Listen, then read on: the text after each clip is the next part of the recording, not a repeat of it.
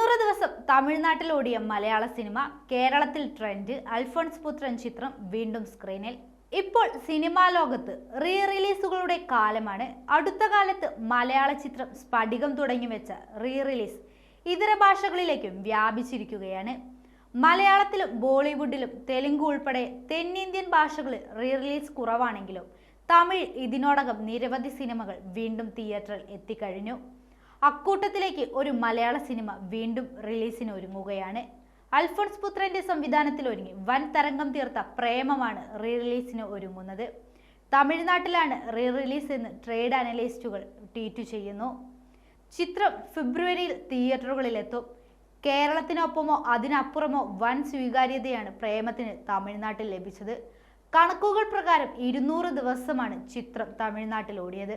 അതുകൊണ്ട് തന്നെ ഈ വാലന്റൈൻ മാസത്തിൽ വീണ്ടും പ്രേമമെത്തുമ്പോൾ ആഘോഷമാക്കാൻ ഒരുങ്ങുകയാണ് തമിഴകം.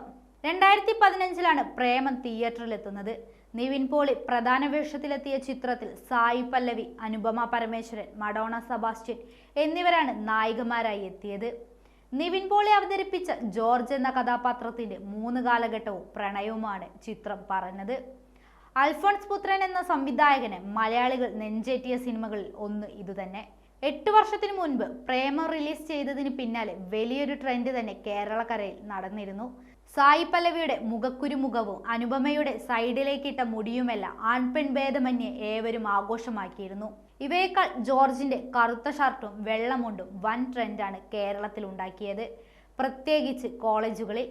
കൃഷ്ണശങ്കർ, വിനയ് ഫോർട്ട്, സിജു വിൽസൺ, ശബരി, സൗബിൻ ഷാഹിർ, രഞ്ജി പണിക്കർ തുടങ്ങിയ താരങ്ങൾ അണിനിരന്ന ചിത്രം 50 കോടി ക്ലബിൽ ഇടം പിടിച്ചിരുന്നു. 70 കോടിക്ക് മേലാണ് പ്രേമത്തിന്റെ ഫൈനൽ കളക്ഷൻ എന്നാണ് ഔദ്യോഗിക വിവരം.